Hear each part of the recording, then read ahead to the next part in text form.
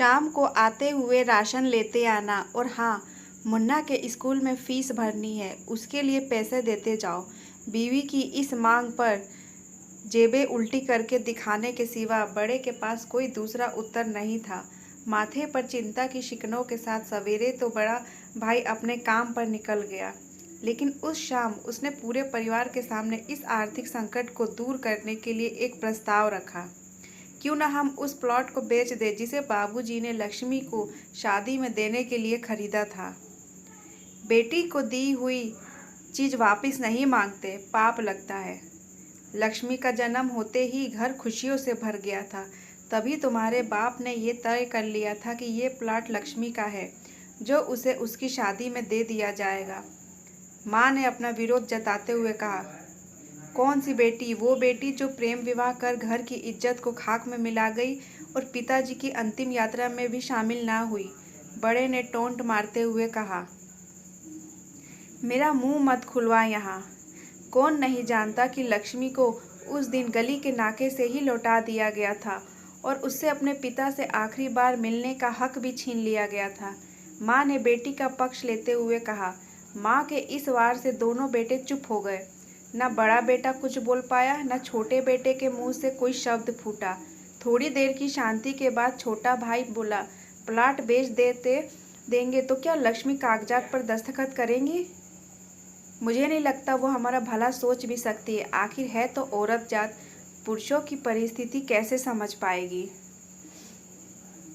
काफी वाद विवाद और सोच विचार के बाद सब इस बात पर सहमत हुए और पड़ोस के मोहल्ले की लक्ष्मी की दोस्त को बुलाकर लक्ष्मी को घर आने का न्योता दे दिया गया।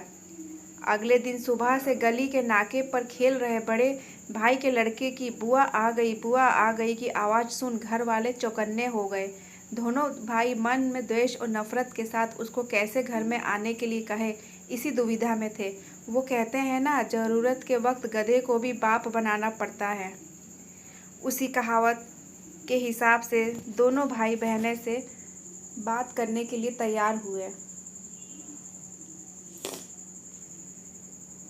दरवाजे पर जब बेटी और दामाद ने पूरे 7 साल बाद कदम रखा तो माँ की आंखें भर आई और दोनों को बड़े प्यार से घर के अंदर लेकर आई। बेटी और दामाद भी माँ का इतना स्नेह देखकर भाव विभोर हो गए।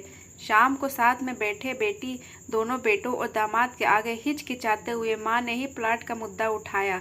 लक्ष्मी को थोड़ा अंदेशा था कि कोई बड़ी बात होगी। लक्ष्मी उसी दिन से ये सोच रही थी कि ऐसी क्या बात हो सकती है जो कि इस खड़ूस भाई उसे बाप का मुंह भी दिखाने के खिलाफ थे। वो अचानक इतने कैसे पिघल गए? लेकिन उसको सारी बात समझ में आ गई। लक्ष्मी ने तिरछी नज़र से पति की तरफ देखा तो वो बोल पड़ा, देखिए माँ जी, शादी से पहले जो कुछ आपका था वो आप ही का रहेगा। ना उस पर मेरा या लक्ष्मी का कोई हक था, ना ही भविष्य में हम मांगेंगे। इसलिए आप निश्चित होकर उस प्लाट के साथ जो करना है कीजिए। आप जहाँ कहेंगे हम वहाँ साइन कर देंगे। सुबह से अपने जीजा से नज़रें चुरा रहे दोनों भाइयों ने अब अपने जीजा को अच्छे से देखा। सुबह प्लाट के कागजात पर बहन के दस्तखत लेकर काम खत्म किया जाए, यह तय हुआ। सब इस मीटिंग को ख़त्म करके उठ ही रहे थे कि टीवी पर अनाउंसमेंट हुआ कि अगले 21 दिनों तक देश में लॉकडाउन लगाया जा रहा है। लक्ष्मी के पति ने फ़ोन पर बात करने के बाद कहा, अब हम क्या करेंगे लक्ष्मी? कल की बस भी रद्द हो गई है।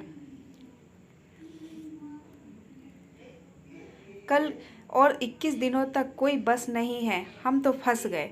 इस खबर से दोनों भाई बहुत निराश हो गए, क्योंकि एक तो उनकी आमदनी कम थी और 2 लोगों का और खाने पीने का बोझा बढ़ गया था। लेकिन माँ अंदर ही अंदर बहुत खुश थी, क्योंकि इतने बरसों बाद घर वापस लौटी बेटी इसी बहाने कुछ दिन आराम से उसके साथ रह पाएगी। दोनों भाई छुटक सब्जी और फल बेचा करते थे।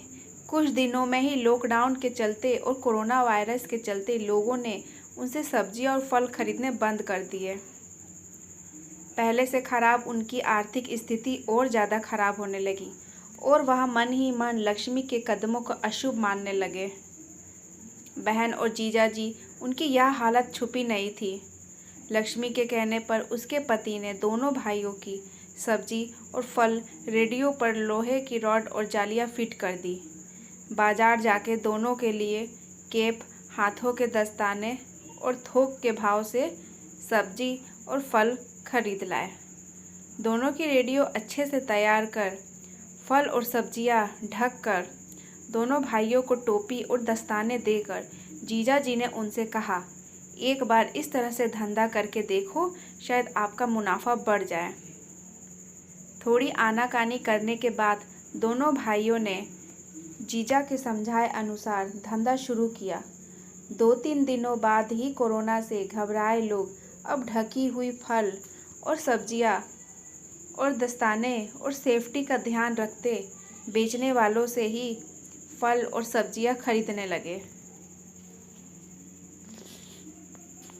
इस तरह समझदार दामाद की वजह से धीरे धीरे दोनों भाइयों का धंधा अच्छा चलने लगा और उनके घर का गल्ला जो पहले ही खाली हो रहा था अब धीरे धीरे भरने लगा। माँ जैसे अपने मरे हुए पति से मन ही मन संवाद साधने लगी, देखो जी, आपकी लक्ष्मी सच में लक्ष्मी है। उसके पांव घर में पड़ते ही घर खुशियों से भर रहा है। दोनों भाइयों की आंखों में पहले जो गुस्सा था उसकी जगह अब शर्म ने ले ली थी। वह मन ही मन सोचते थे, क्या गलत किया था बहन ने जो हमने उसके साथ इतना बुरा सलूक किया। शादी ही तो की थी और शादी से पहले हमें बताया भी तो था, हम ही थे जो स्वीकार नहीं कर पाए। दोनों भाइयों के मन में द्वेष और नफरत धीरे धीरे समाप्त हो गई।